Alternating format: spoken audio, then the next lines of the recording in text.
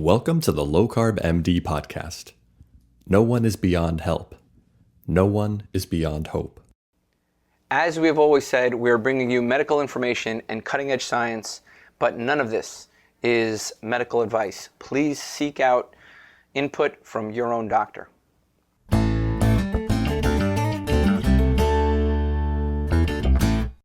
Hello and welcome back to the Low Carb MD podcast. Tro, we did it again. We found someone smarter than us and has life experience and some great research that I'm really excited about. So I'm glad you got this one connected up, Tro. Good work. No, yeah. Look, I got finally somebody, a researcher, an academic, those that came down from their ivory tower, decided to grace us with their presence. Today we have Andrew Koutnik, Dr. Andrew Koutnik. If you don't know about him, most of the people in the low carb space know about him because he's published on exogenous ketones. He's published on different aspects of sort of exercise physiology.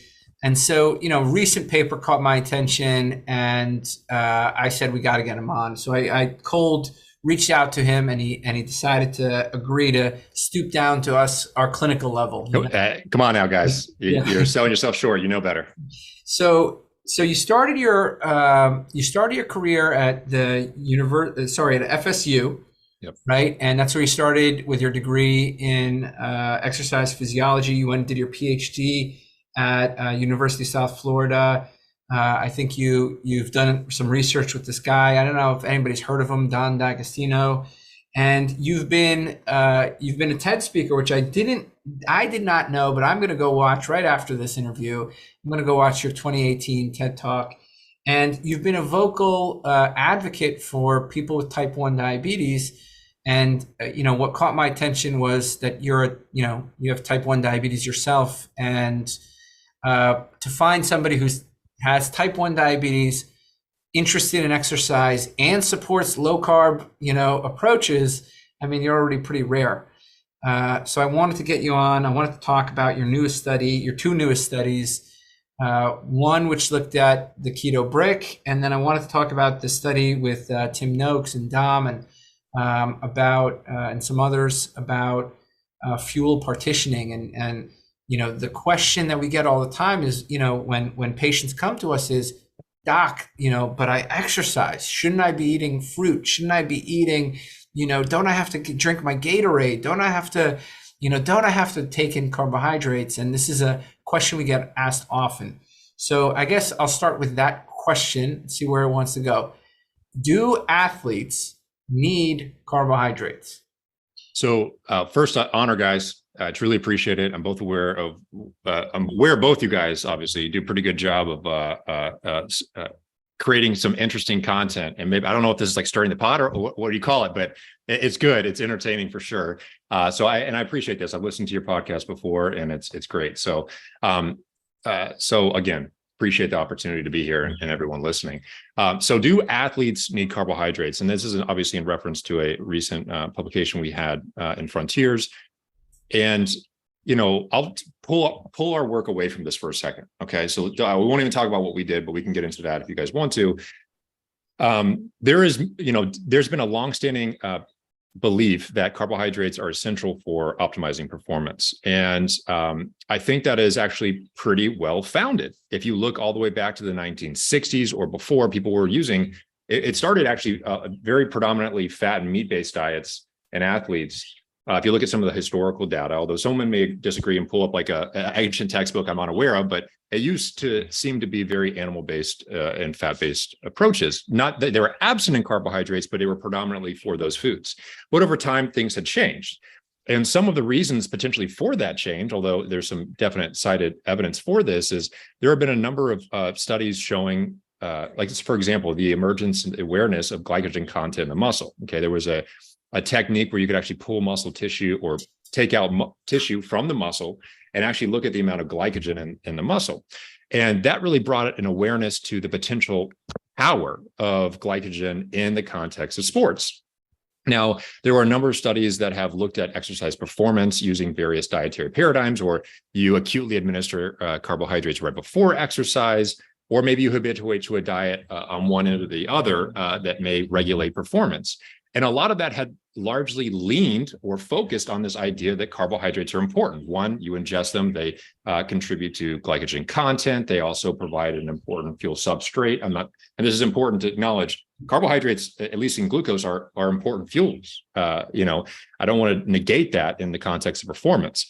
That said, a lot of recent evidence over the last, let's say, decade or so hasn't necessarily completely disagreed with that, but the body of the evidence has said that if you are habituating to a diet for an extended period of time, and in the context where you talk about low carb, which is obviously a huge focus of your audience, and obviously a very big passion of mine, not only from my background personally from having type 1 diabetes, but also from a research interest in how nutrients affect performance, how they affect health, and how they affect my personal situation, others' disease.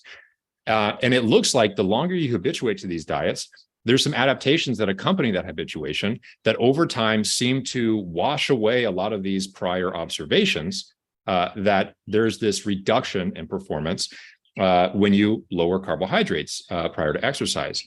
Now, again, not throwing away all this other evidence. That is evidence. It's important that we consider that. But there are three recent reviews and 2 recent meta-analysis that says if you are looking at these diets from 4 weeks or beyond, it seems like the evidence is neutral.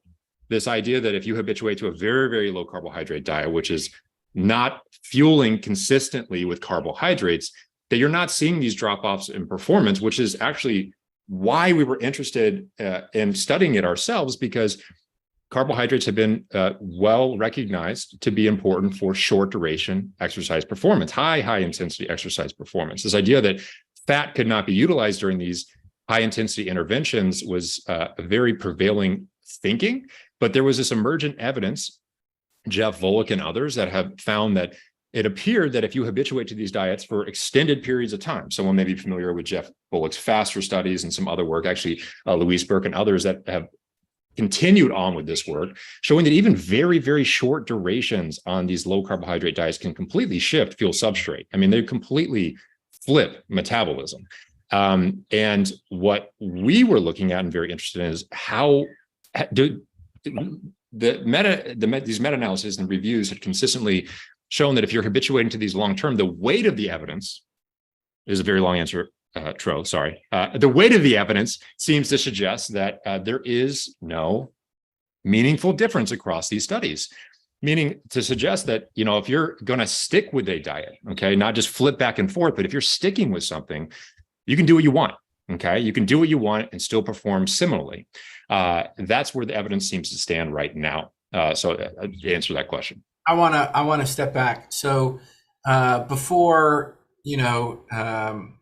this has been a topic that's been passionate to me, at least, for the hobby enthusiasts, for the for the weekend warriors, and we're not talking like, even we'll get to elite performance, but, fundamentally, when somebody asks me if they need carbohydrates for fueling, even if you go to the most sort of pro carbohydrate sources, they'll say if it's less than an hour, it doesn't seem to, the guidelines right now, like American College of Sports Medicine will say, there does not seem to be a strong evidence to use carbohydrates for activity under an hour, right? That fueling, particularly under a half hour.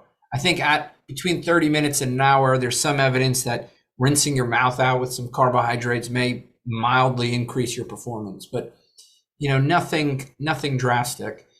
What has caught my attention about this field was about how rapidly the field has changed.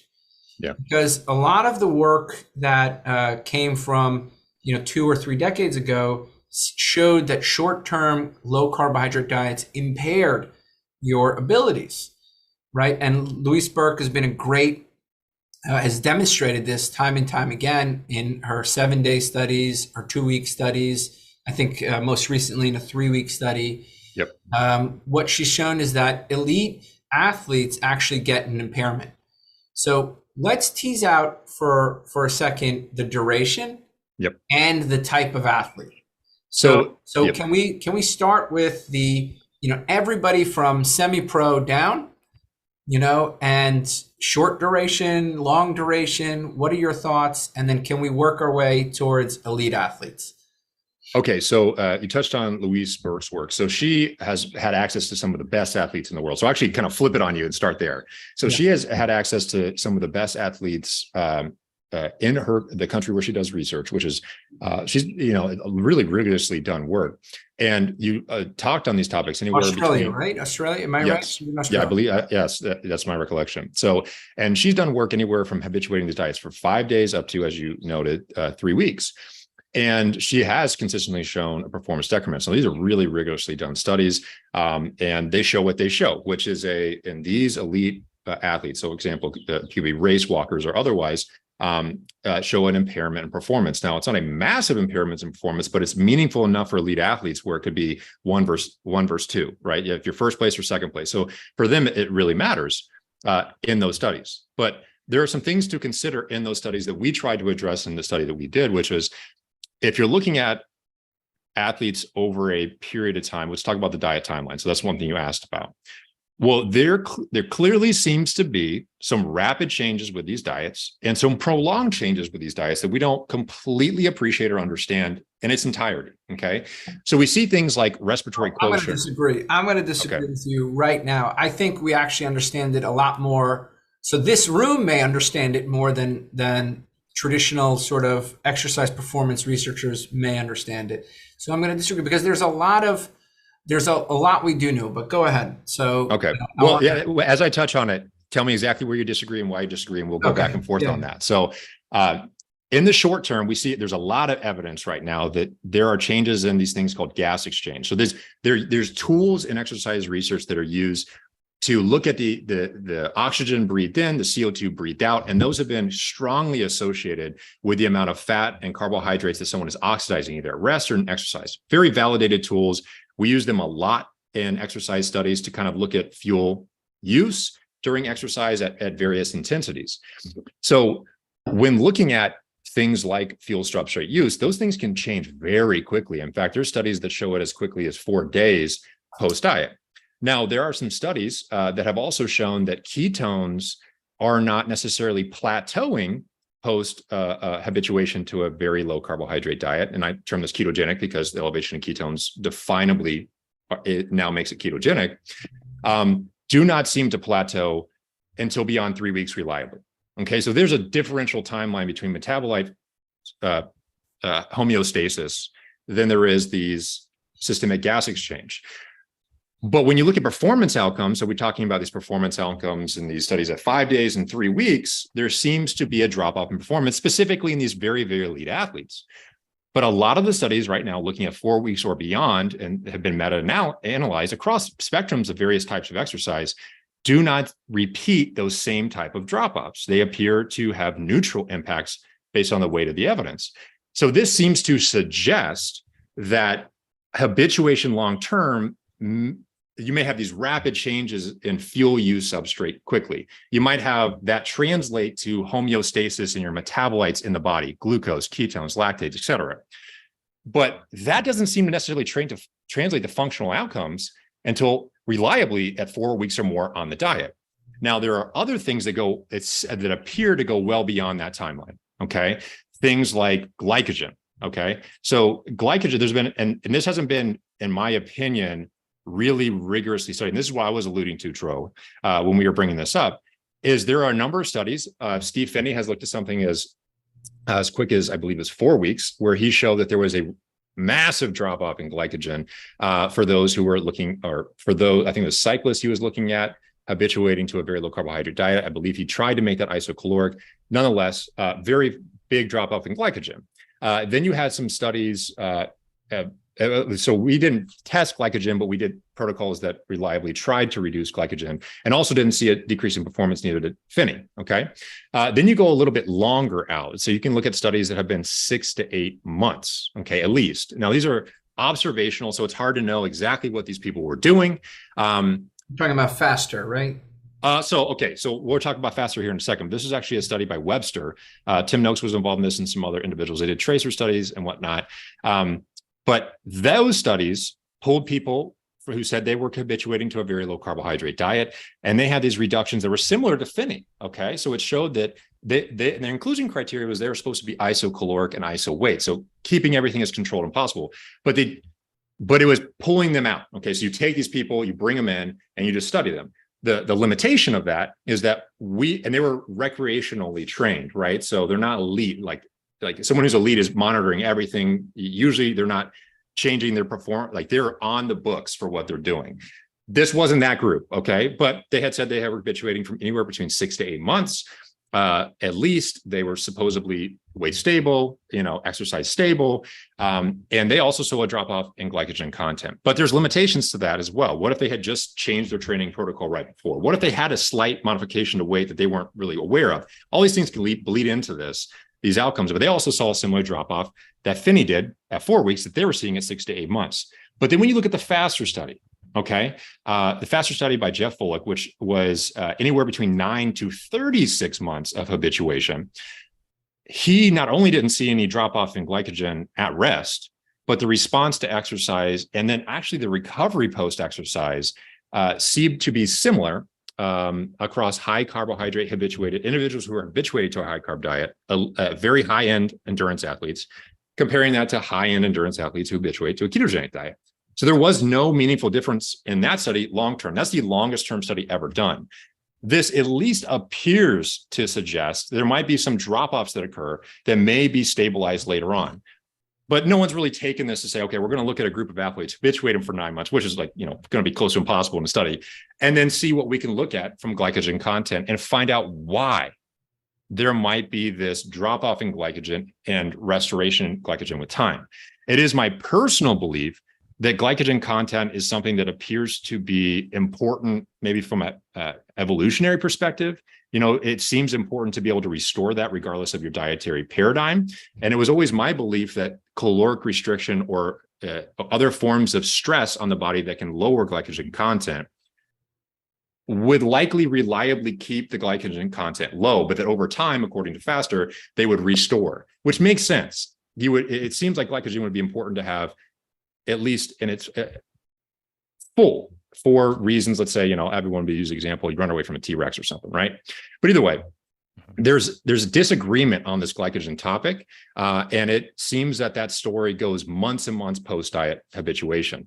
But that doesn't seem to necessarily translate to performance outcomes. So we saw that within 4 weeks that we didn't see the drop off in performance. And this is an extremely high intense exercise work. So that might be a biochemical change within the body, but may not matter for actual physical performance. But, I give you a long-winded answer there, Tro, but, that's my stance on that. And that's how I view that. So when that's looking at from a timeline of habituation. Yeah, help me understand. So you mentioned that it's pretty reliable that in the exercise science literature that, 1 week to 3 weeks, there's exercise impairment in people who transition to a low carb diet, right? There's impairments in performance.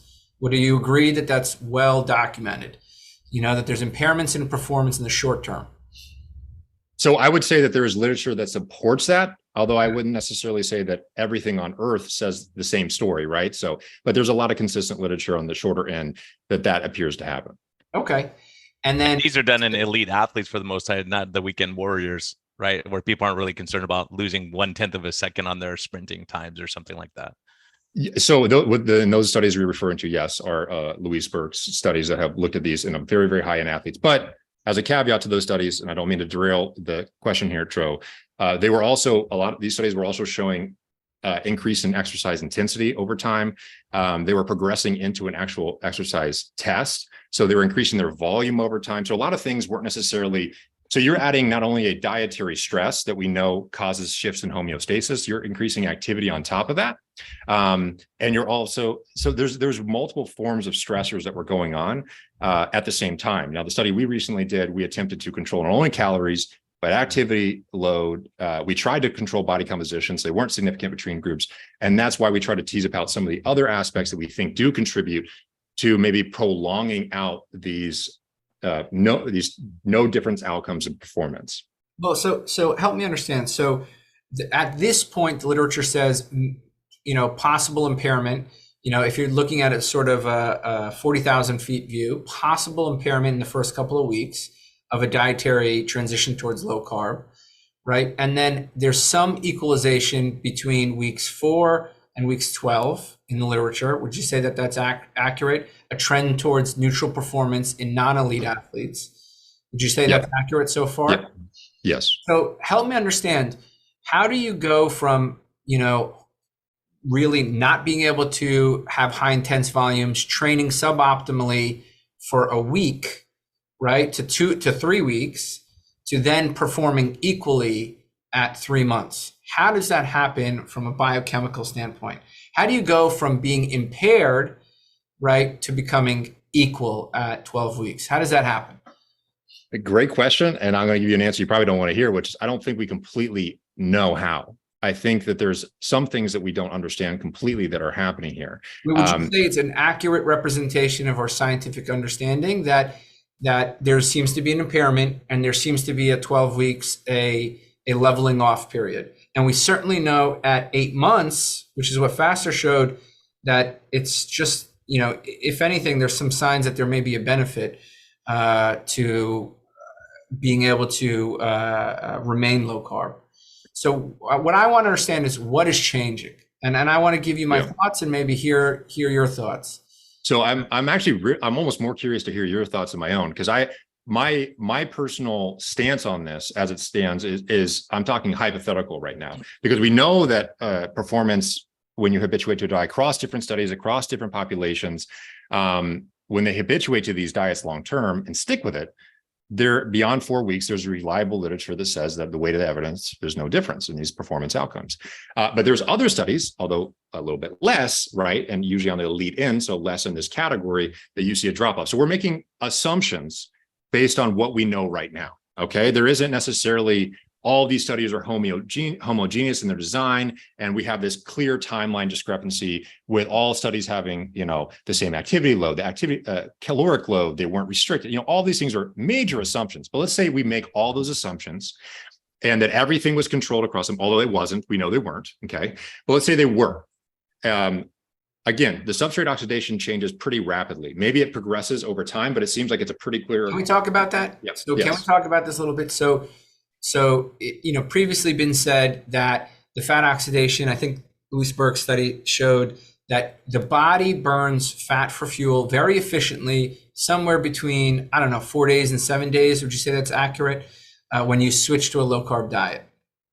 Well, her evidence says that so my awareness of her evidence at this point is that in these very, very elite athletes, okay, like competitive at the very highest levels, when they switch to low carbohydrate diets, so very low carbohydrate diets, they can see massive shifts. So upwards of 1.5 grams per minute during exercise of fat oxidation, which is kind of like at the higher end of what we're seeing in these across these studies. She was seeing that within 5 days. Okay. And it was also reversed within a 5-day window as well by switching to the other diet.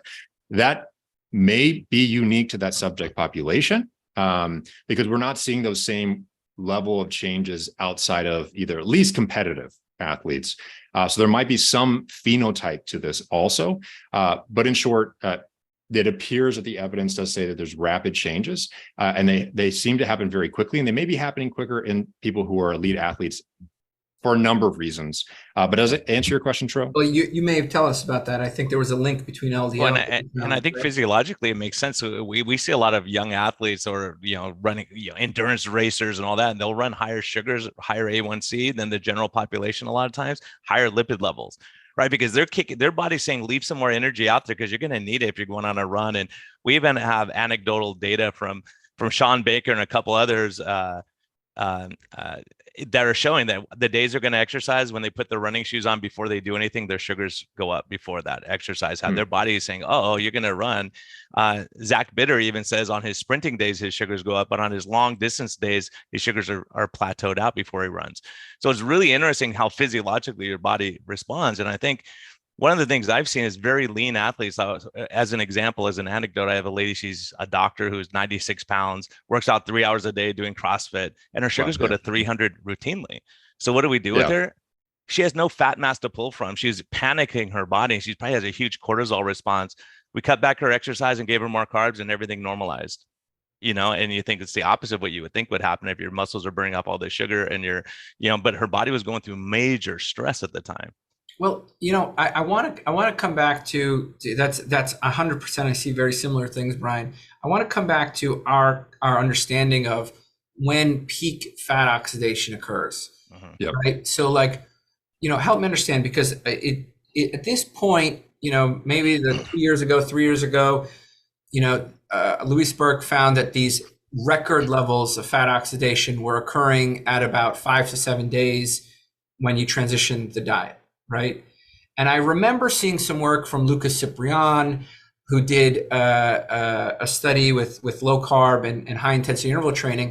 And I remember seeing that fat oxidation kept increasing. I think he did it for 4 weeks, right? So help me understand, do we know the actual peak end of fat oxidation, the maximum rate of fat burn, and when that happens? And depending on exercise and training load, do we know when, you're talking about absolute and not as a ratio between sugar burning and fat burning, right? Yeah. Do we know when it peaks out? Do we? So yeah, let me touch on that. So I want to touch on one thing. So the high intensity interval study that you're referencing, because I know you posted on Twitter, I looked at that. It did plateau at 2 weeks. So it was the same at 2 weeks as it was at 4 weeks. Okay. So in that study, it plateaued. But I think there's something to this, your question. And over time, there seems to be rapid changes, but there is this possibility that because we know that, for example, things like ketone bodies don't necessarily stabilize across these studies that have looked at ketone changes with diet until 3 weeks or more. These performance changes seem more consistently neutral at 4 weeks or more.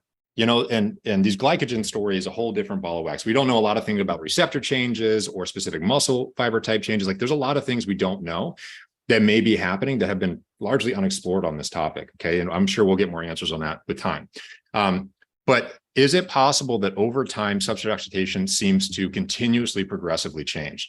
It would certainly seem possible. Okay. A lot of the literature right now seems that it changes very quickly and that it seems to stabilize pretty quickly. But and there's some studies that have looked at that. When the ones that do time sequences where they've actually looked at people over time, they're showing quick changes and they're stabilizing, i.e. that HIT study. So that HIT study showed an initial change that was pretty rapid and then it stabilized. But there's also work from Phil Prince, who is an important, one of the leads on this study that we were talking about that led to the discussion we're having here today. He's done other work along with Tim Noakes that has shown that there are some quick changes in RER, which is this metric we use to estimate fat and carbohydrate oxidation. But there does seem to be some subtle changes out to multi-weeks beyond that. So some initial changes are in the first couple of weeks that seem to be subtle over time. So it seems to, if people are looking at this visually, you have this quick change, and then there might be some additional changes. There's some evidence to that. But most people would say, okay, these changes, and if people can't visually see this, I'm trying to, what would be an oxygen saturation curve almost, you have it up to here, and then all of a sudden beyond a certain point, it seems to be neglectable to a point where there seems to be, go ahead, Troy. And I want to tie it in a little bit. Yep. Because one of the points you guys found was that there was a relationship between LDL and fat oxidation. Is that correct? Did I?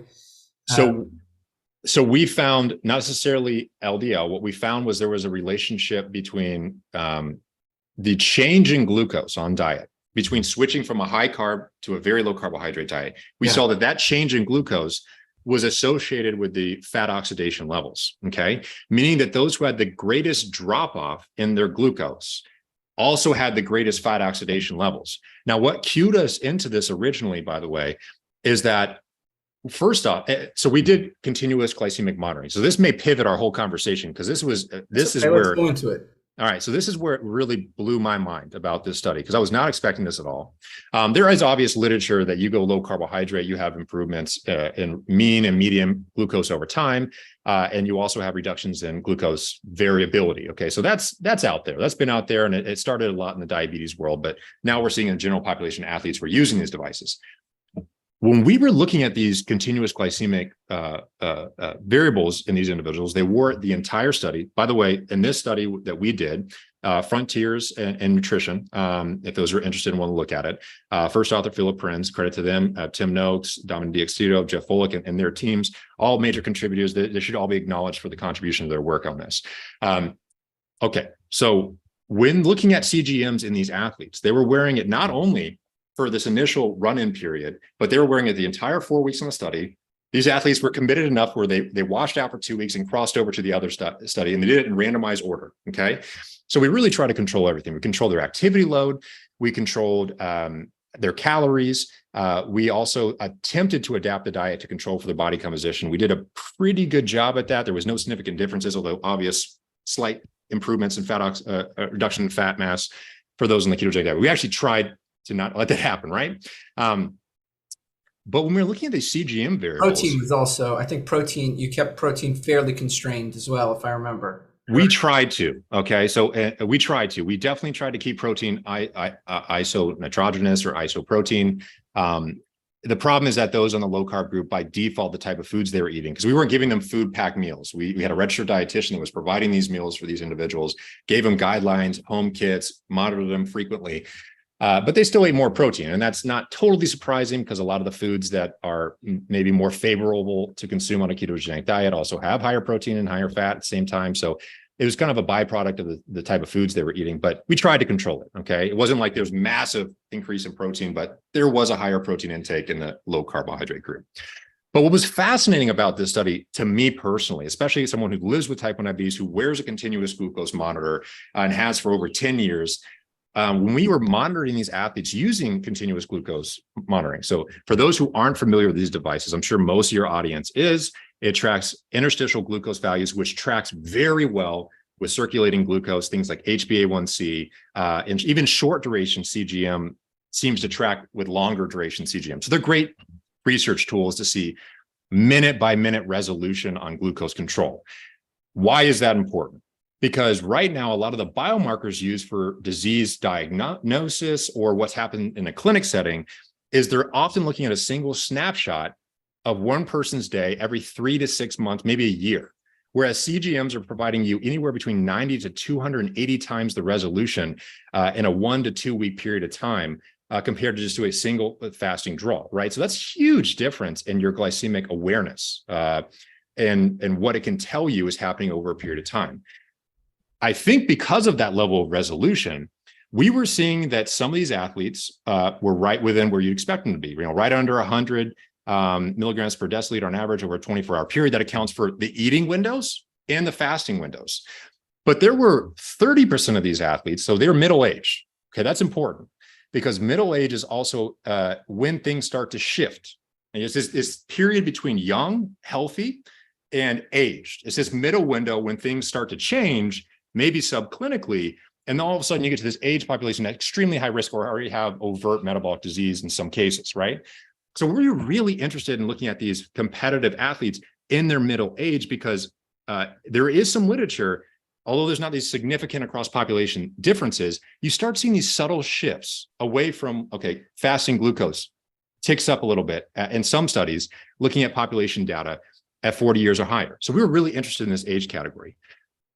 When looking at all those things combined, trying to control as much as we could in middle-aged athletes who are competitive, fit, low body fat, huge VO2 maxes, we found that 30% of them had glucose values over a 24-hour window in excess of 110 milligrams per deciliter.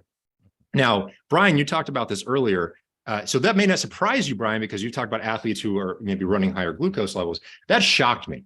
Okay. That totally shocked me to see athletes, that had huge mileage under their belt, were very active endurance athletes, regular endurance athletes with huge VO2 maxes, very fit, everything looks great. And then 30% of them have above 110 milligrams per deciliter, but they only had that on the high carb diet. Those 30% individuals, when they switched to the low carbohydrate diet, had the greatest drop off in mean glucose, median glucose, and fasting glucose values. That was one of the criticisms during the review process for this publication, is someone said, you're stretching this a little bit to say you have any pre-diabetes glycemic values. And, what about fasting? And so we dissected out the fasting specific values.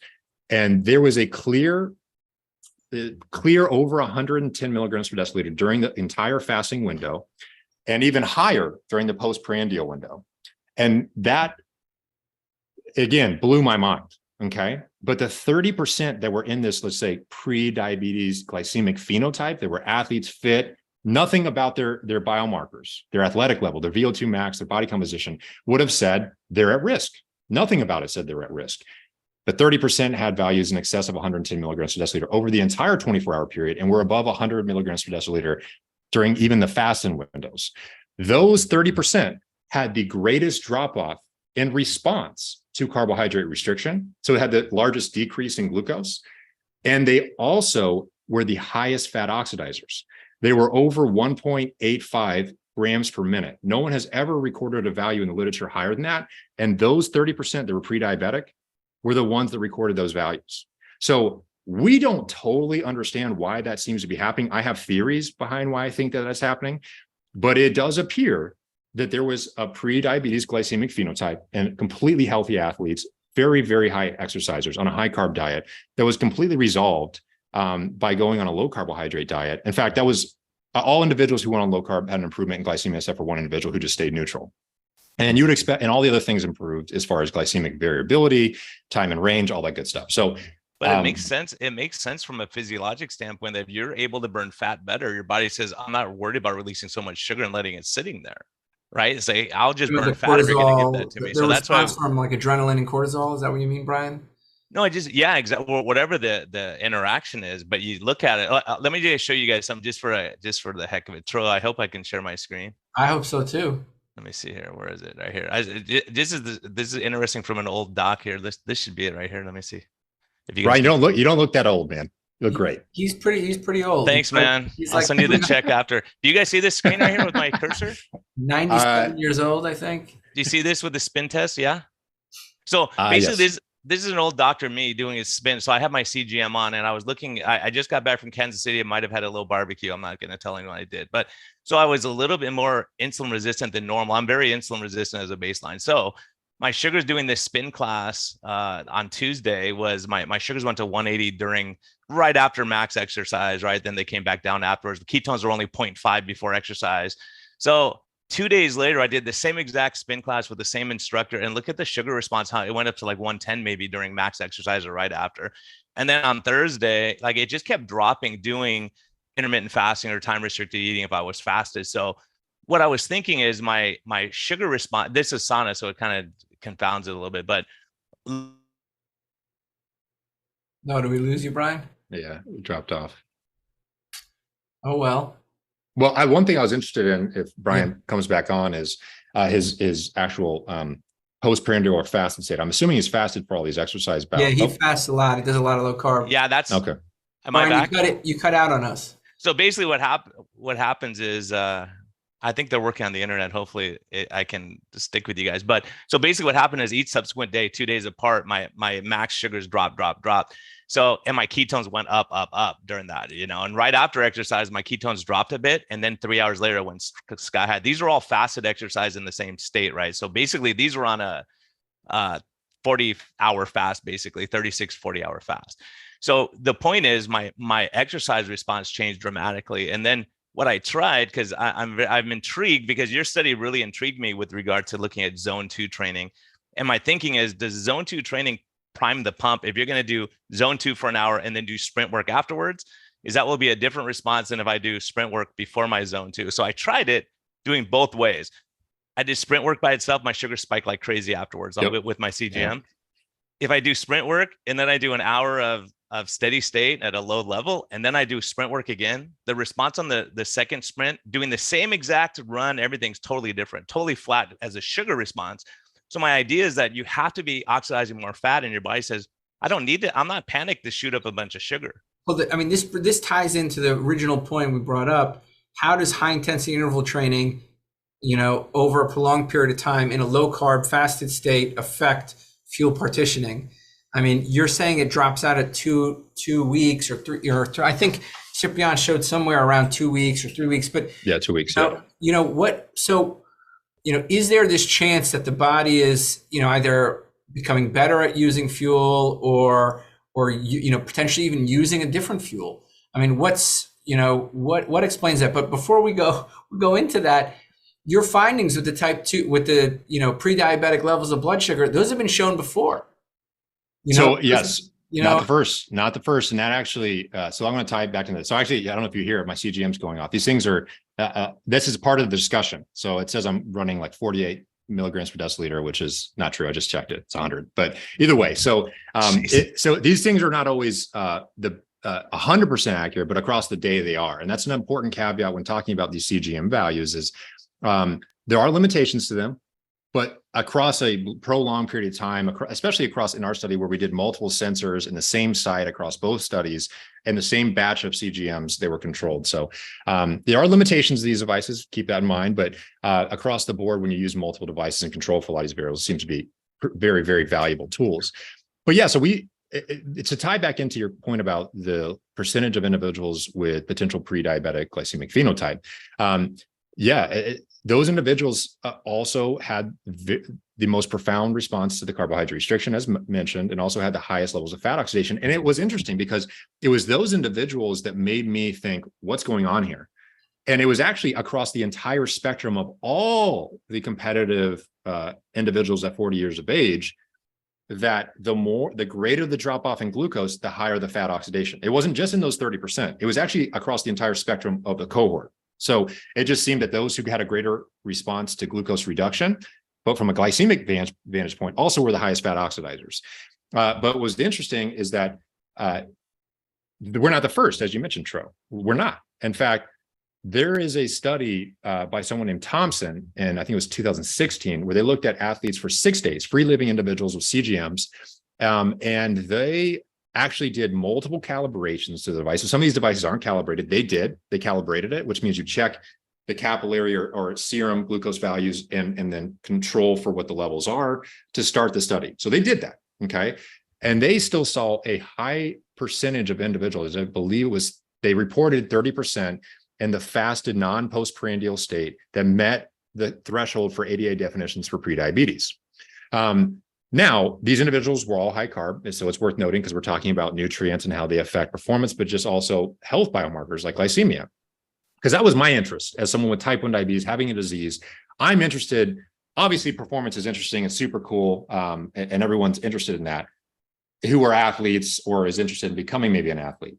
But from my disease background, I'm very interested in the health outcomes, because oftentimes you can be unhealthy and super high performer, but it's not usually how it works, right? If you're completely unhealthy and you feel like, SHIT, you're probably not performing well as well. So I like to look at these interactions between these two values. So not only did we show it at 30%, and not only the fasted level, but in the 24-hour window for over a 31-day period on a high carb diet. Thompson saw it in 6 days in athletes that were, they called them sub-elite. So not elite level, but sub-elite. 30% as well. Although if you look at their data, it seems like there's actually more individuals, about 40%, that actually fit that definition. But nonetheless, they stated 30%. Some of their data seems to suggest 40%. But there's another study by Flockhart that was in Cell Metabolism, which looked at the impact of progressive training over a 3 to 4 week window. And the goal was to find out, does progressive training induce dysglycemia?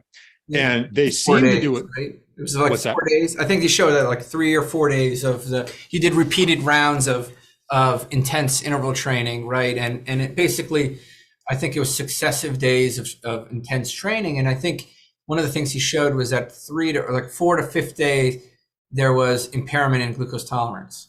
So it was a little more prolonged. I mean, their original study, you may be flipping days with weeks. They originally had HIIT interval training. They upped the HIIT interval training. So it looked like this. Okay, the volume of exercise, cranked it up, and they're all doing HIIT, as you mentioned. So it was high intensity interval training. So they were already habitual exercisers, okay, recreational.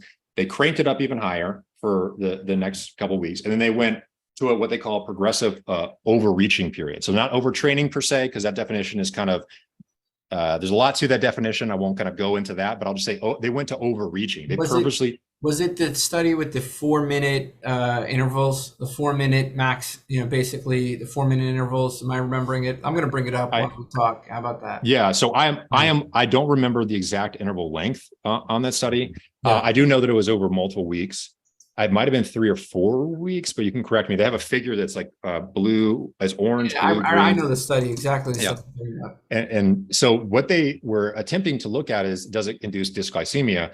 And hell, if it didn't, it did, right? So these individuals that were progressively training over time appeared to induce dysglycemia. Yep. So that's it. So if you, I think the first figure is the one where they showed the study design and training load. There you go. Yeah. All right. So right there, when you say hit minutes per week, you see that I think that's 5 times 8. It was 8 minutes. Yeah. Then they reduced it. They did some. They added these 4-minute intervals. Yep. Okay. Yep. Yep. So when you look at this figure, for those who don't see this, this is Flockhart, Flockhaart et al. Cell Metabolism in 2018 or 19. If you pull this up, it's actually publicly available. So what it's showing is that they had individuals who were already recreational athletes do a certain volume exercise. They cranked it up threefold, and then they cranked it up double, even above that threefold initial jump off. So over time, over a 3-week period, I think that was 3 weeks, they increased their volume of exercise 5-fold. Okay, it's massive. And what they showed is that when they did metabolic monitoring using oral glucose tolerance test at the 3-week time point, they showed impaired oral glucose clearance, right? And then they recovered those individuals by going to not from 5 by 8 over multiple days to just doing 3 by 4 only 3 times that week. So it's recovery, this idea of reducing the training load, that their oral glucose tolerance improved, right? They then tried to associate elite level athletes out in an ecological environment with recreational athletes as the very final analysis they did to try and say, okay, well, if we in this laboratory setting were able to show that if we basically overwhelm these athletes with ridiculous increases in training volume, and it induces dysglycemia, and they showed that from a mitochondrial perspective, okay? They were trying to show that they were disrupting the mitochondria, which disrupt the ability to metabolize glucose through oral administration. But what was interesting is they also showed that in a real world environment, that with athletes wearing a CGM over a 2-week period, I think they had 10 hours and 7 days to be exact of real world actual sensor monitoring over a 24-hour period. They had, I believe, somewhere between like 14, I'm screwing this up, but I think it's like 12 to 16 individuals in the recreational group and or the elite group of athletes. And what they showed is that a ridiculously high percentage of these individuals, because they sent me the data to actually look at a third, right? It was a big chunk became impaired. Well, so looking at their CGM values, they never reported it. Okay, so they never reported actual. They showed that elite athletes they reported the oral glucose tolerance. Sorry, you're right. Yeah. So the oral glucose tolerance was a part of the original laboratory study, but when actually looking at athletes out in the real world setting, so recreational and elite level national cyclist individuals, they showed that a very high percentage of individuals in both recreationally active and it was even higher percentage in elite athletes over a 24-hour window. So it's not just the postprandial window, but the postprandial and fasting combined did have levels, CGM levels that were north of 100 milligrams per deciliter on average. Now there is a prevailing theory. So that's Flockhart et al. Basically causing prediabetes. So what they're trying to show is that overreaching impairs or disrupts the mitochondria, which might be an adaptive response, right? You don't know. And a hormetic response, sort of. Right. It's okay. So that was kind of their thinking, although they didn't speculate too much. They just kind of threw the data out there and said, we clearly see changes in mitochondria here. It disrupts glucose, actually using objective metrics of oral glucose tolerance. These are diagnostic tools. And then we actually threw CGMs on recreational elite athletes and saw that elite athletes, because they're assumed to be training harder and more, have more impaired glucose over circadian or over their diurnal period. So over a 24-hour window. But when I asked them, because I was curious about our data, because we didn't progress training. Okay, we controlled calories. We controlled body composition, at least the best we could. And we tried to control almost every other variable we could to really look at this study within individuals. So it's crossover too. So we're controlling the individual genetic variables and all those other aspects that can confound outcomes. And we still saw this. And we still saw that it resolved using certain dietary paradigms, right? So that was interesting to us. So then I explored the Thompson data, which is actually publicly available. Can I translate that for humans? Basically, yes. We're, sub-elite, elite athletes, recreational athletes can induce impaired glucose tolerance in the short term. We don't really know how. and changing the fuel that you fuel with can change the glycemic response that we see during that short period of time. Is that an accurate way of describing what basically, if you train low, your blood sugars will be better? You mean low carb? Yeah, correct. Okay. So well, or if low you're carb or low intensity, right? Low, Like well, I probably both, but you may want to have high intensity, you know, but as a, I can touch on both those. I mean, maybe switching it up. That's what I'm getting at is like, I don't know if you both follow Ignace San Milan. I think I've heard the name, but I'm not familiar. He's talking a lot about zone 2. And so he was on Peter Attia's podcast, and it kind of opened my eyes. He was talking about his cyclists who are type 1 versus people who don't have type 1. He says their insulin requirements go down significantly with zone 2 training on a prolonged level, so that they somehow either their muscles become more insulin sensitive with that kind of training instead of doing high intensity all the time, or for some reason they have less insulin needs during that. And I would love to hear your experience as a type 1 when you're exercising more or less. But he was saying that when they do biopsies of the muscles, and I have never looked at the data, so I don't know, but he said, if you have someone who's morbidly obese or a couch potato that doesn't work out, they'll have fat globules near the mitochondria. And elite athletes have the same thing, but weekend warriors or people who are relatively fit don't have that. They don't see that when they do the biopsies. So they're saying that if you're an elite athlete, that you're going to have to pull from from local fat stores. And it's probable that the diabetics or someone who's metabolically really sick with presumably really high insulin levels can't pull from their fat stores either. So they need a local source of energy in the muscle if they do have a demand. Does that make sense? It's an adaptive mechanism, he's saying. So that he was arguing for zone 2 training, increasing the mitochondrial density in the muscles.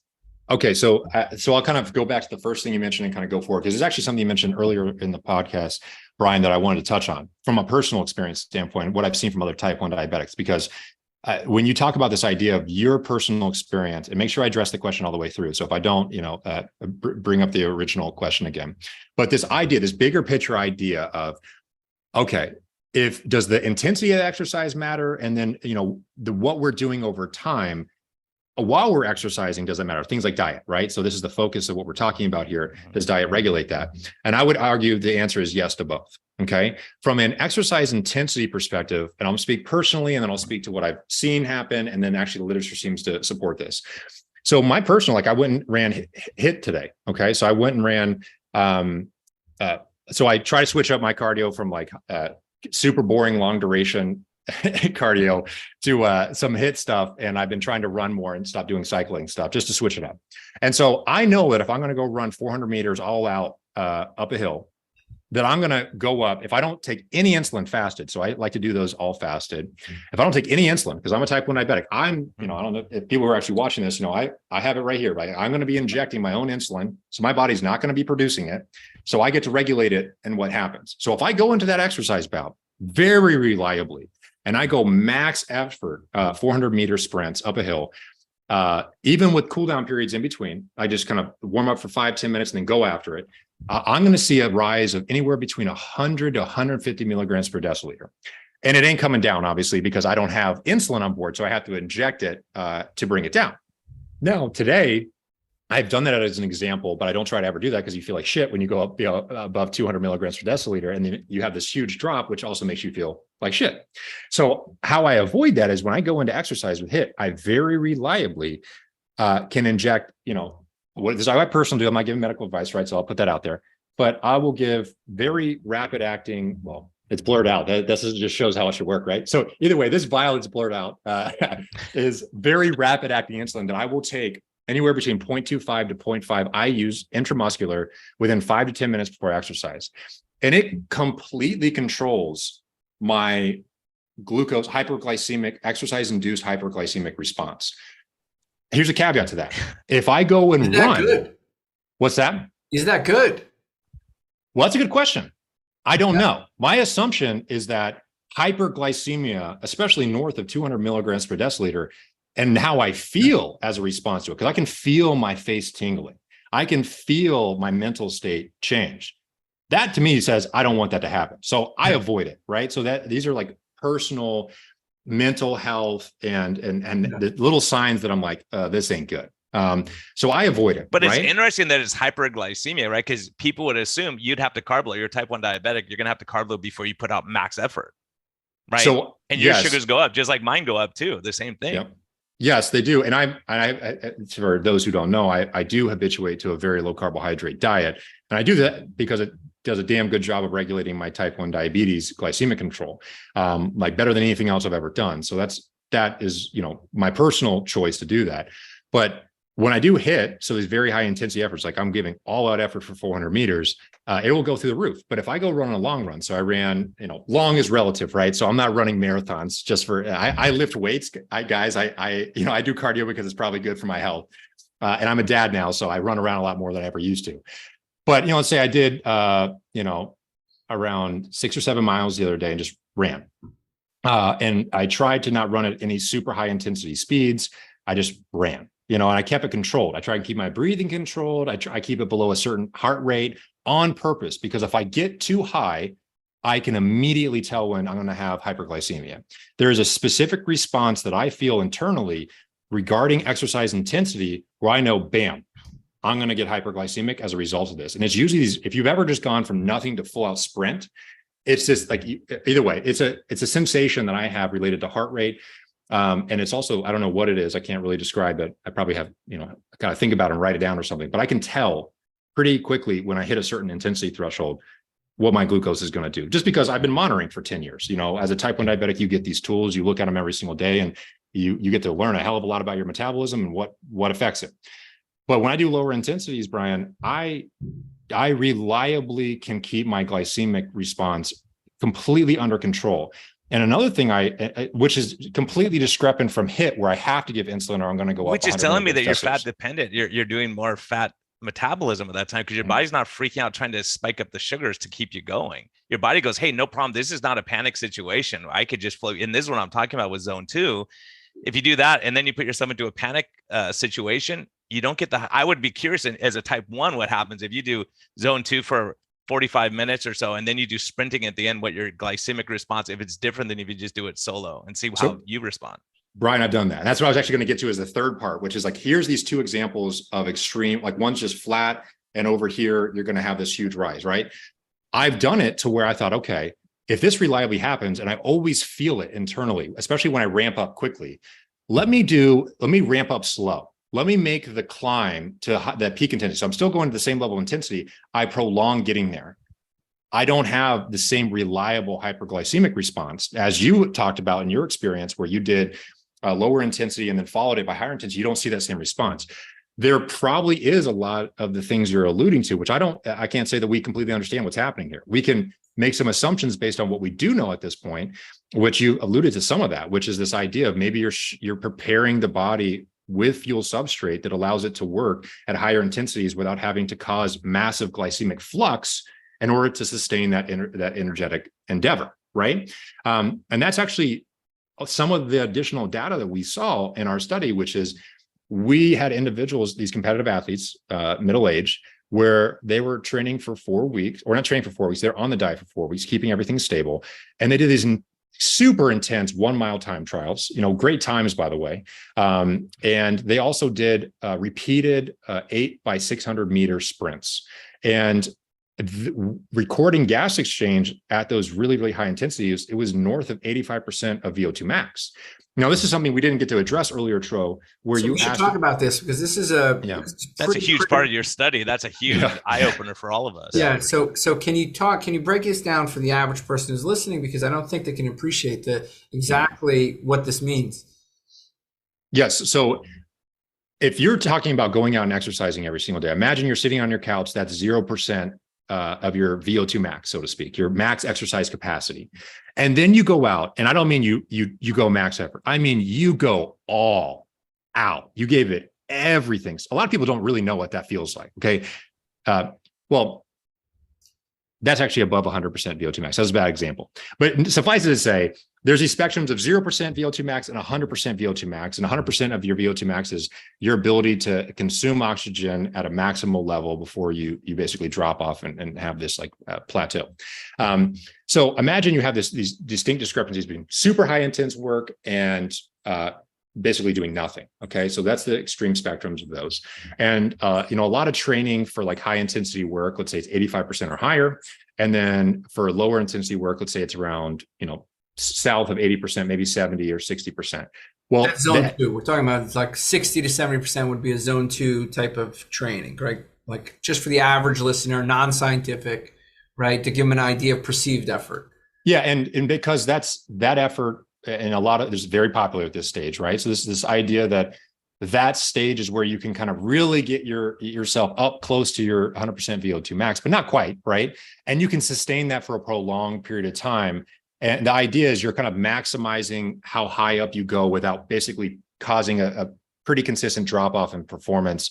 Because when you go too high intensity, you're not going to do that continuously, right? You're not going to sustain that continuously for a prolonged period of time. So this idea that you can do lower intensities and prolong that for a period of times, but also maximizing your exertion, while not overdoing it. It's kind of this balancing act. On a tightrope, you're trying to walk the tightrope to maximize your outcomes. What we found, so across the literature historically, there's evidence that says anywhere between, actually as low as like 40% or so, but more consistently around 70% in people who are just standardized to a regular diet, that around 70% of their VO2 max is where you have maximal fat oxidation levels.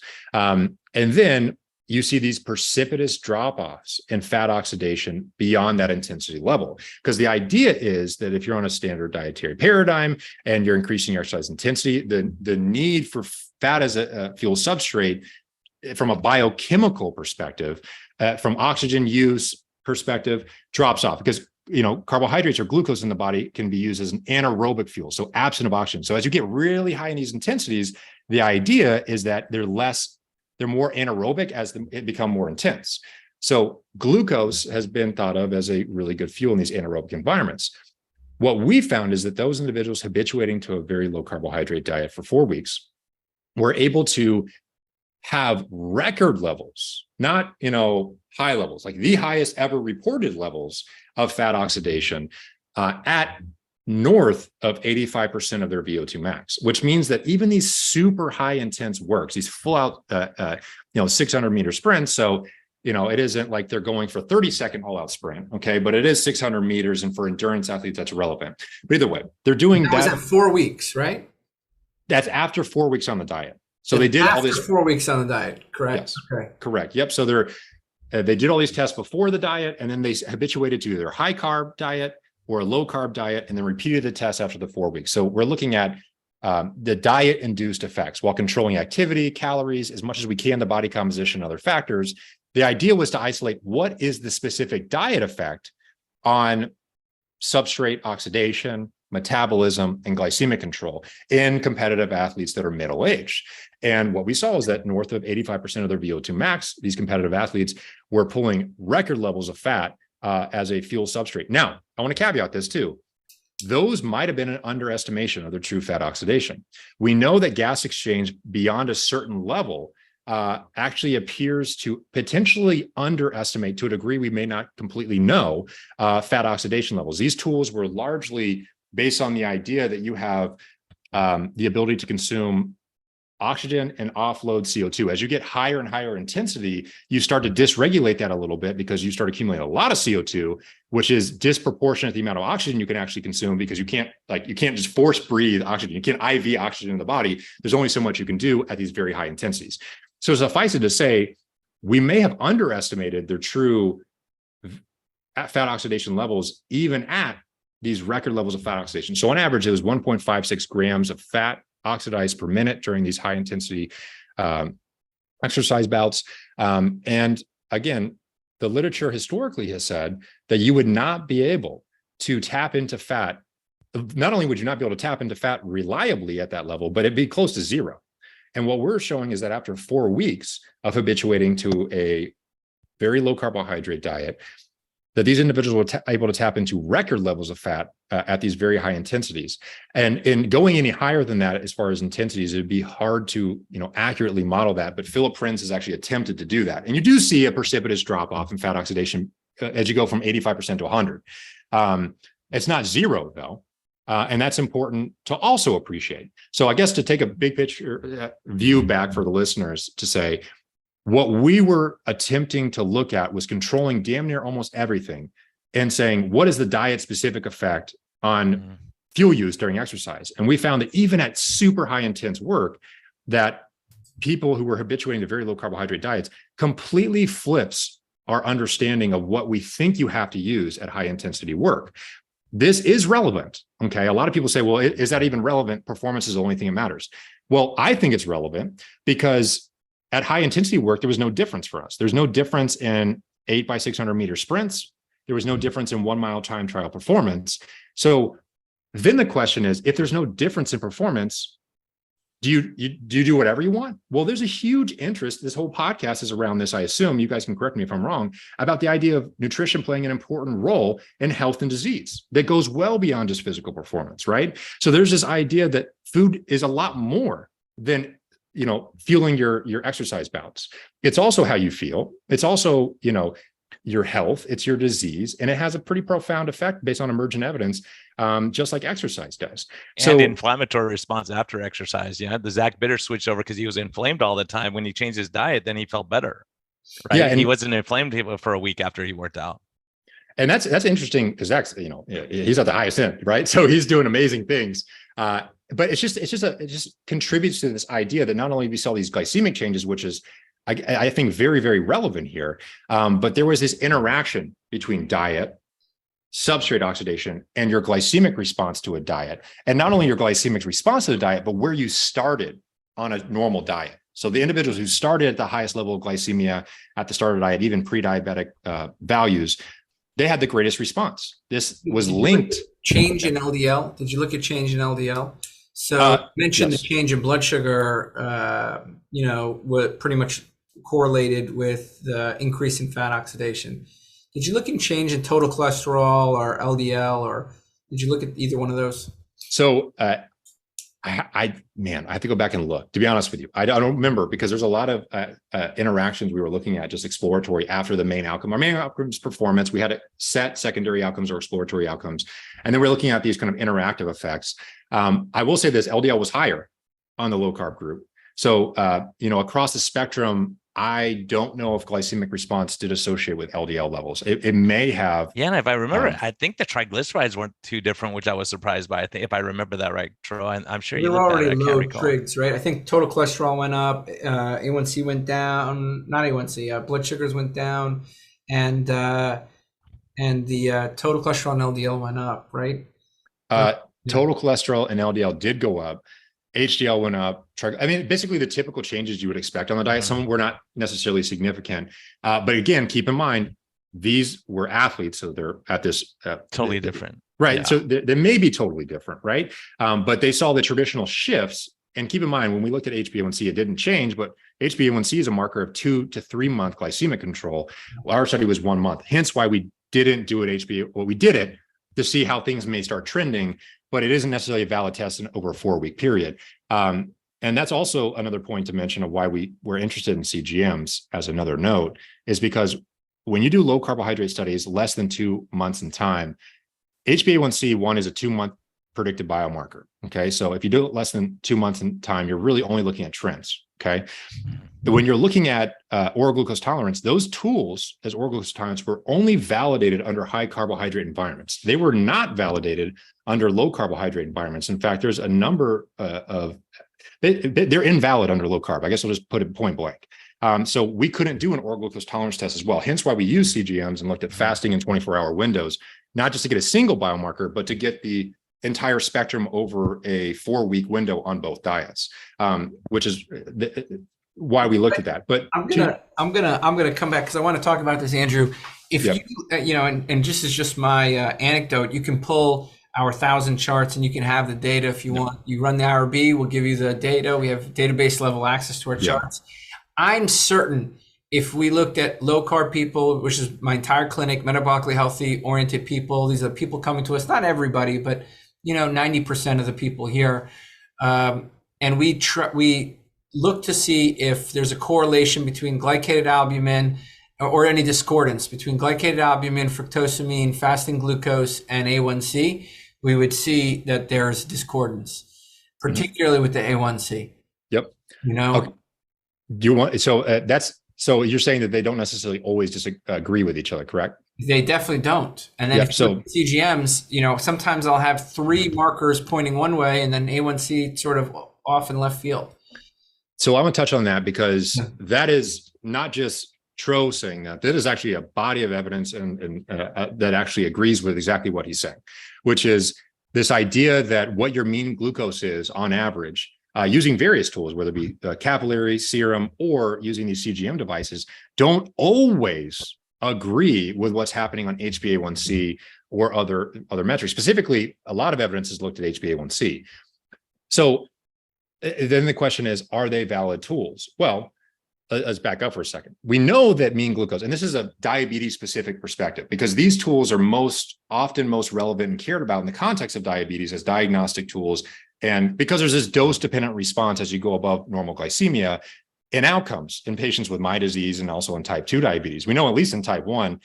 In fact, let me back up for a second. We know in the general population that the second you go over 120, there's this dose-dependent elevation and risk across a number of diseases. I mean, we're talking a lot of micro, macro vascular disease, and also some studies in cancer that seem to suggest this. So that's in non-diabetes. But in diabetes, we know that there's mechanistic attachment between high glucose and adverse pathology related to things like microvascular disease. We also know that the DCC and EDIC trial, I won't go into too much study, but basically the biggest trial ever done in type 1 diabetes over a 30-year window, over 1,000 type 1 diabetic subjects, from most people's perspective, definitively attached HbA1c levels with microvascular disease, and also we're able to associate with other things like macrovascular disease. For those who aren't familiar, microvascular disease are diseases of the small, very small vessels that are very prone to glucose damage in the eye and the kidneys. There you go. Eyes, kidneys, nerves. Yep. Yeah. Anyone not familiar? Macrovascular is obviously the heart and larger vascular system,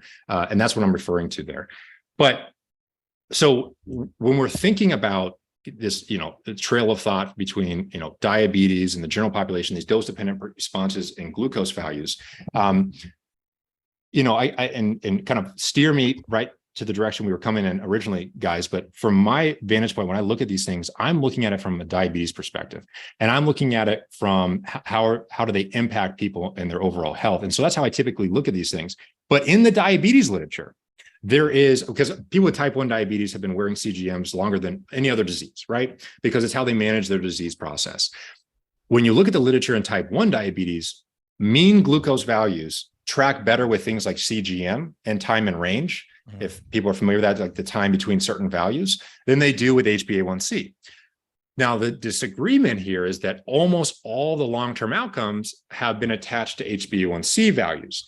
Now, there's two reasons potentially for that. One, it might be because HbA1c values were just what were used, right? That's what they had at the time. They were used. That's the case. Oh, I don't 100% that's the case. I will pause on that one for a second. Okay, let me throw some at you, Tro, to maybe push back on you. Glycosylation in and of itself is its own biological process. Okay, we know it's not measured that, right? So A1C, yeah, okay, got it. We're measuring glycosylation of hemoglobin, but that's not the disease. It's no, it's not the disease, but it's a surrogate. It's a surrogate biomarker of the process in the body and its level of impact within certain parts of the body. And we know, like things like advanced glycosylation endpoints have a strong association with health outcomes, and the higher the worse, right? And so when people look at this, HbA1c has historically been king, but we're not going to negate that that's largely based on what you said. Historically, that's what it was used. It was also a clear association with mean glucose values, or where the glucose values were over time, but they don't always agree with each other. Well, and that's probably due to individual variability of glycosylation. But glycosylation is its own biological process, which HbA1c is a surrogate biomarker of. So when people throw away HbA1c in lieu of mean glucose, I am hesitant. I can't say with any evidence that you should I'll take glycemic excursions almost any day. I'll take the coefficient of variation of glucose, right? Mm-hmm. And I bet it tracks much better with disease than I would say and there's a lot of confounders though, Tro, because you got variation. Cortisol, stress hormones, all these other things are going to affect glycemic control. There's so many factors involved. How time are you stressed? Do you have sleep apnea? And we know are correlated with higher mortality rates or younger, dying at a younger age. But I just want to ask you one thing before we have to take off. But what's your response like weight training, if you do high intensity, if you go to failure on weights, is your glycemic response different than if you're doing sprinting, for instance? Because that's more of a globally taxing where you're going to get a, if you're doing like curls until you get exhausted, and then you do squats until you get exhausted. Do you ever do those kind of workouts? Like I don't know if you know Ben Bakikio, but that type of workout. So I'm Ben Bakikio or Ben Pakowski. Oh, there's Ben Bakikio who he basically goes to failure on, you just do one set to failure on each muscle group. So you do biceps, triceps to failure, and just one set, that's it. And so what he's showing, for instance, when I do his exercise, I don't get that massive sugar spike afterward, even though I'm going to full intensity, one muscle group at a time. It's flat like that. It doesn't have that, it's because it's one muscle group maxed out at a time. So in sprinting, you're exhausting multiple muscle groups at the same time. So you have to steal from Paul to, whatever we pay. Yeah. Well, I only see that. So that's actually an interesting point. So my background and my personal passion has always been weightlifting. I may have started for superficial reasons, but it is fun to be bigger, stronger, faster. So my personal experience is actually much more in the weightlifting realm than most things. And what I do find is that weightlifting does not reliably spike my blood sugar as much as high intensity interval trainings do, unless I go do something that is a compound movement like a squat. And I don't do this as much because I personally choose to not, I keep my intensities at certain levels so I can accumulate volume over time, only because there's some good evidence that you can progress over time and also reduce potential injury risk. But everyone does their own thing for their own reasons, right? This is why I do it.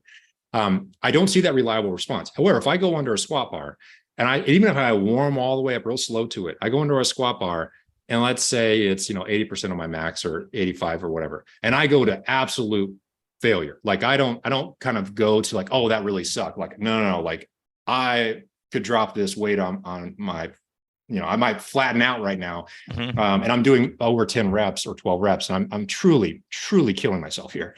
My glucose goes to the roof. But only not as reliably if I have insulin on board. So if I am if I have a meal before exercise, even these small amounts of insulin, and someone who's a type 1 diabetic as well. So when I inject insulin into the periphery, if I take this needle, load up, I put it right here in the muscle, that's going to hypersaturate my peripheral tissues like the muscle and adipose tissue disproportionately because I exogenously administered it than it would the hepatic tissue in a normal individual. So keep that in mind. Okay. So I'm not as saturating the hepatic tissue based on what we understand as much as a normal individual would. But even these small amounts of insulin with meal, because I'm not taking a ton of insulin if I do low carbohydrate meals, if I do that an hour before exercise, an hour and a half before exercise, which I don't anymore, my lifestyle is not congruent with that. I'm a dad, it schedules all over the place. I can't reliably say, I'm going to go eat my meal perfectly timed 1 hour before exercise. I just go whenever I can go. Right. But if I eat before exercise and have a little bit of insulin on board, I can reliably blunt that response almost completely. And I believe that's just because of this kind of thresholding effect in the liver with insulin levels. Once you get above a certain level, you can, I believe that you can shut off this glycogenolysis response and release it potentially even independent of the exercise intensity effect.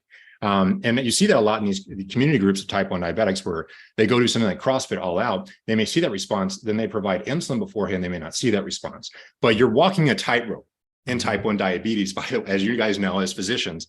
You're walking a tightrope with type 1 diabetes because once you start playing with too much insulin and it goes in quick enough to blunt the response, you also might be playing with enough insulin to also drop glucose levels too rapidly. And one thing that's reliable about type 1 diabetes is unreliable.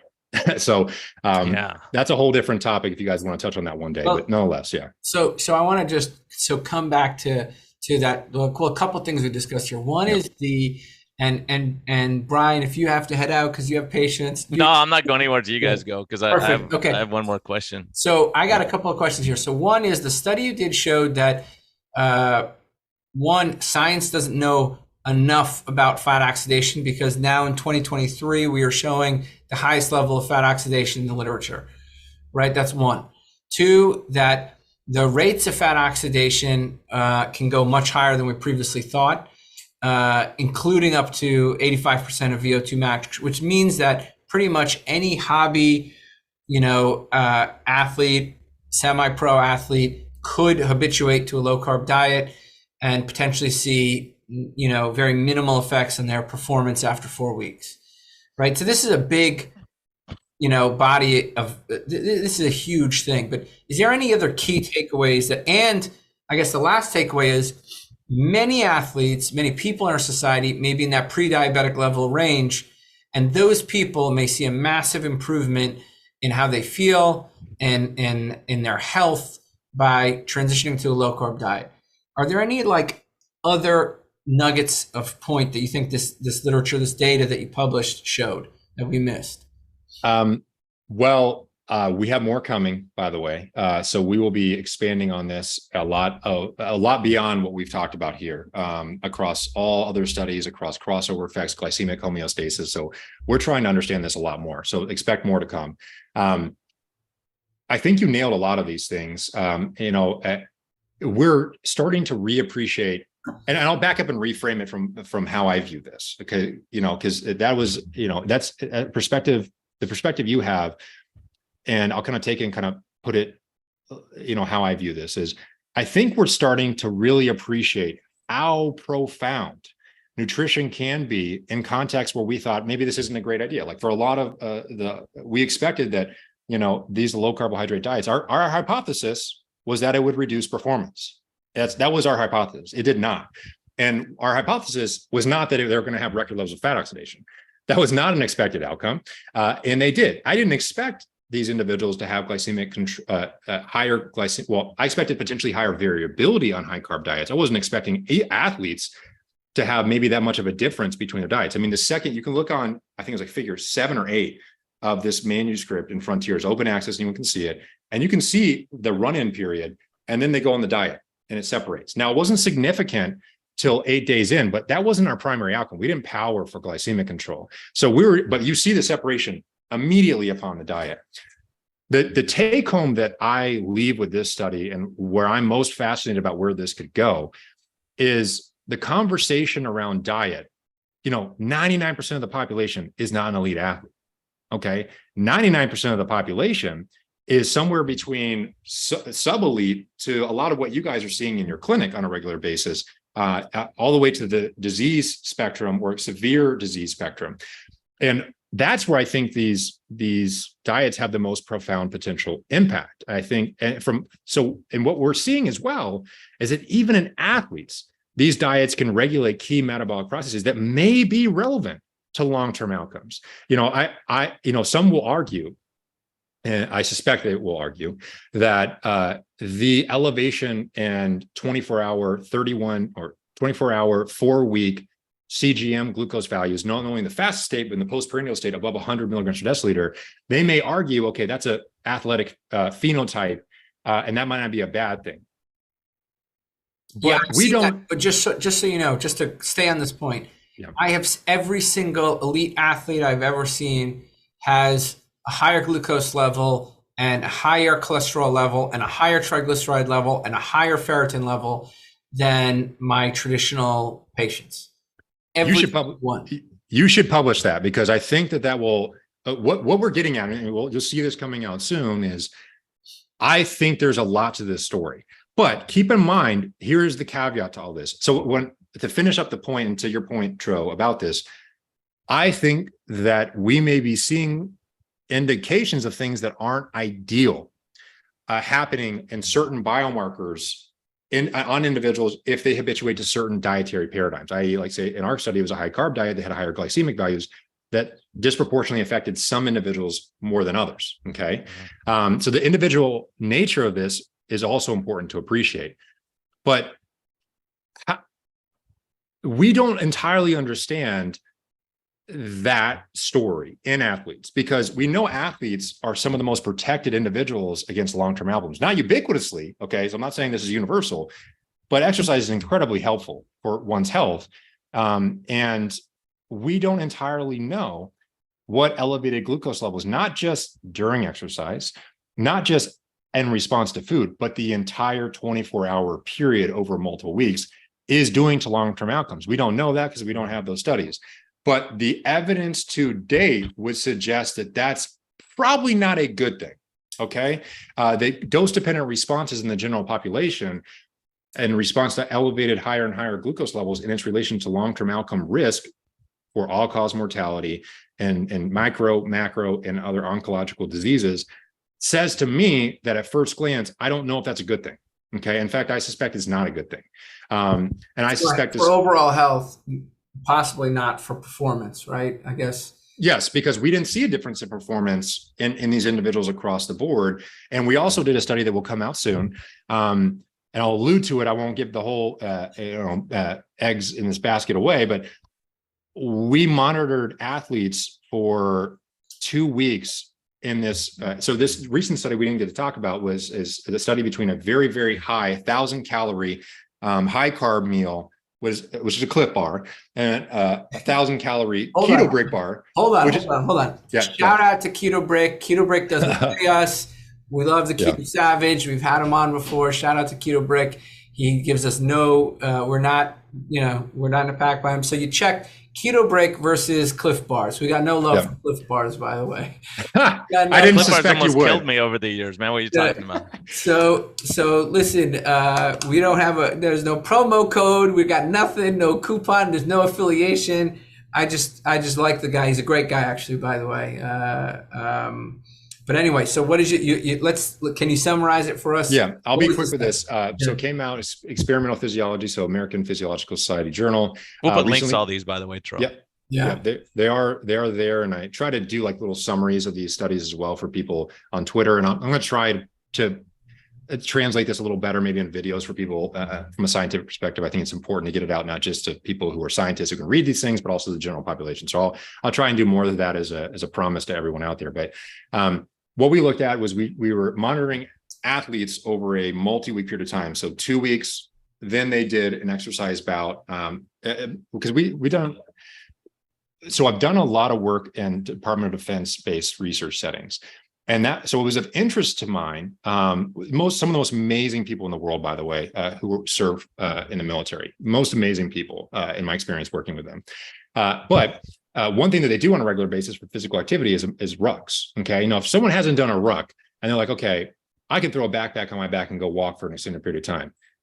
Go put a backpack on at 75 plus pounds and just go walk. Okay. Just go walk for a period of time. Go take these plates that you see at a gym, throw it in a backpack and go for a walk and tell me it's the easiest thing you've ever done. It's not easy. Okay. It sucks. It like takes your breath away by the pressure. Like a lot of things about it are not ideal.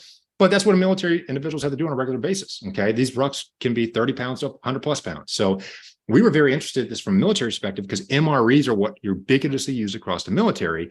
And MREs are 1,000 calories of pre-packed processed food that are high carbohydrate predominantly.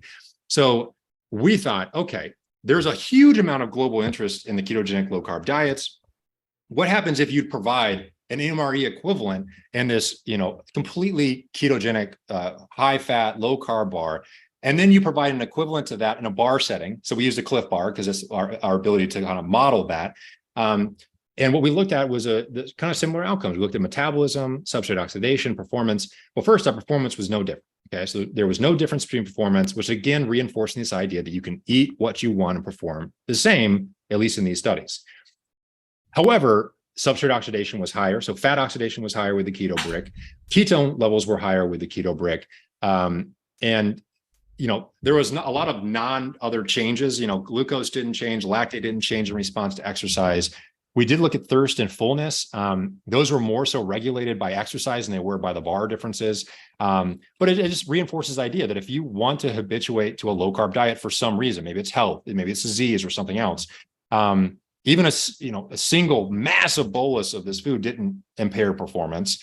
And our other study looking at 4 weeks, it didn't seem to impair performance either. So I think it really allows for the bigger pictures. Tro, what you brought up was like, is there any take homes? I think the take home from this and prior literature, because we're not the only one doing this, right? There's a ton of other people contributing to the literature. Science is definitely a team and global sport for sure. It seems that you can do what you want. You can choose to eat what you want and perform the same. Now, there may be other processes like health and disease regulations that are not the same. And I think that that's where a lot of the promise and future will be going forward. So. Yeah, especially if you have type 1 diabetics or type 2 diabetics in the military that you're trying to, get them on these long hikes, and maybe it's going to be a better outcomes for them in the long run too, as far as infections and other problems, you know, depression and mood. There's a lot of other factors involved. I have to do a quick lightning round with you.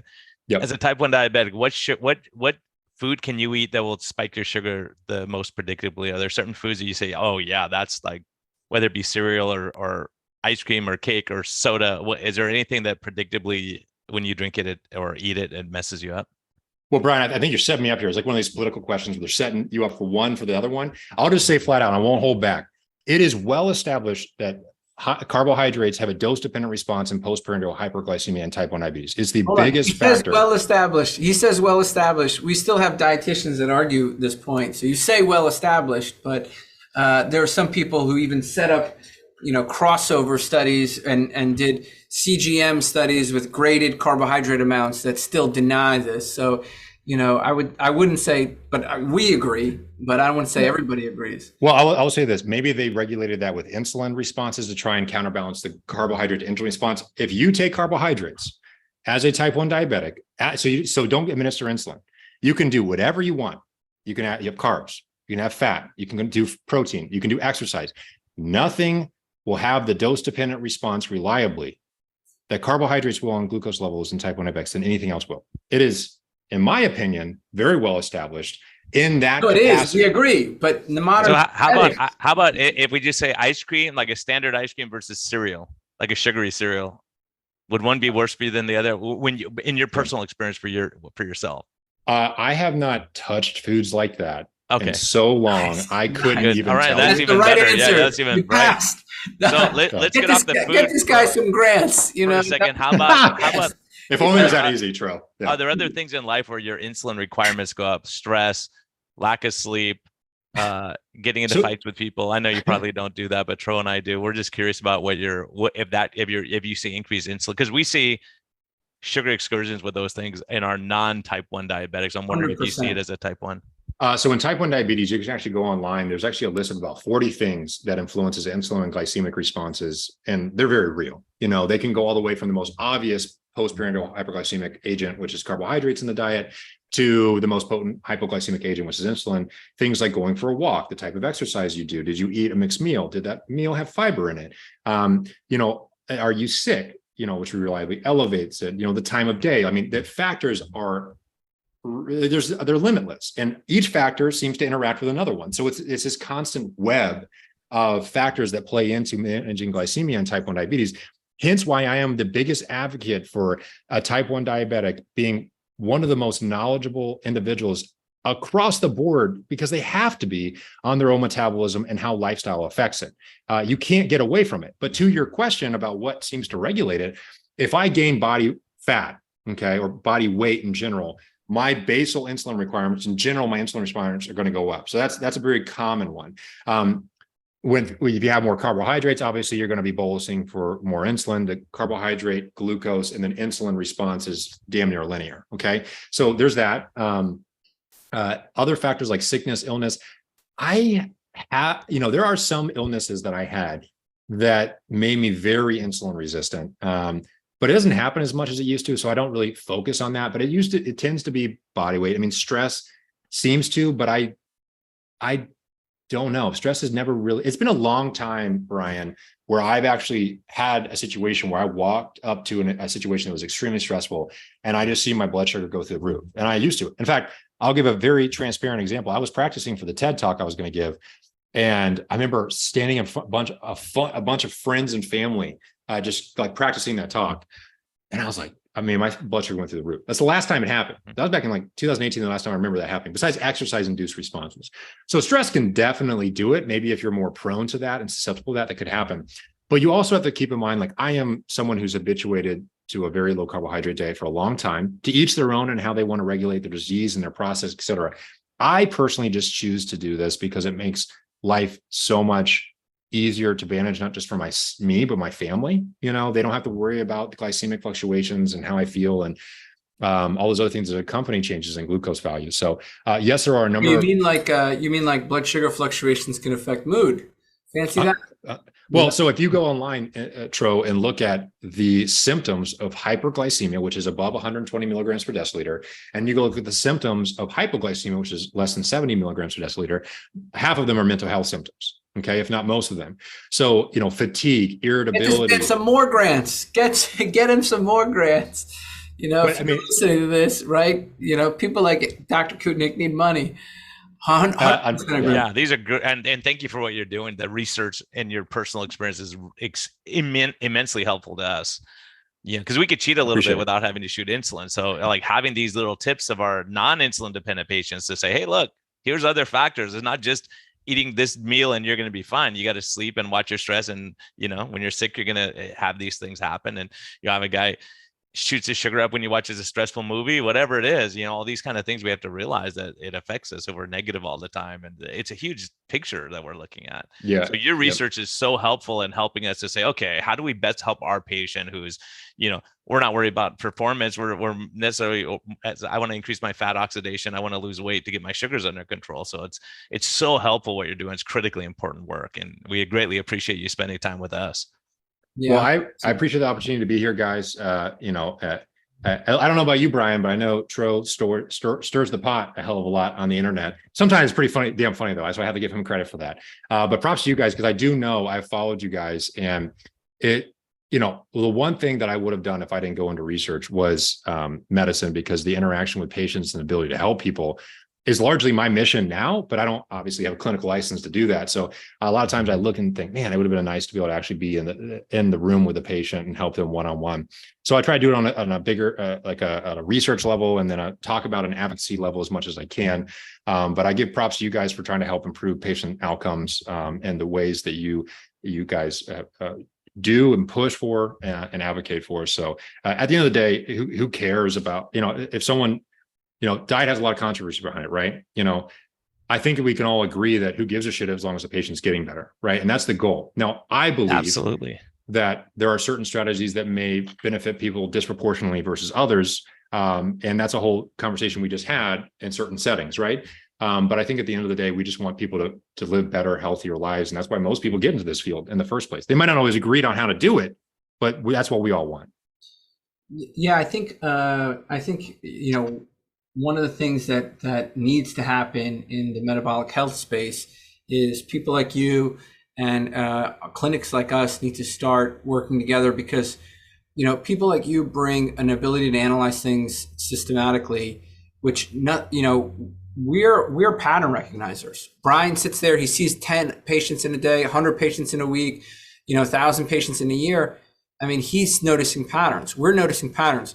We're at the point now where Brian's clinic, our clinic, we're getting database level access to our charts. We're plugging it into machine learning to sort of see what we can find. And we're trying to take our clinical observations and make them into more science, because it's a shame. It's actually embarrassing that in 2023, we're finding the highest fat oxidations recorded. I would say that's embarrassing for the scientific community, right? That it's taken this long. Right. Well, that is, damn it, Tro, you're making me have to defend the whole scientific community here, man. Come on. Yeah, so yeah. Here's what I'll say.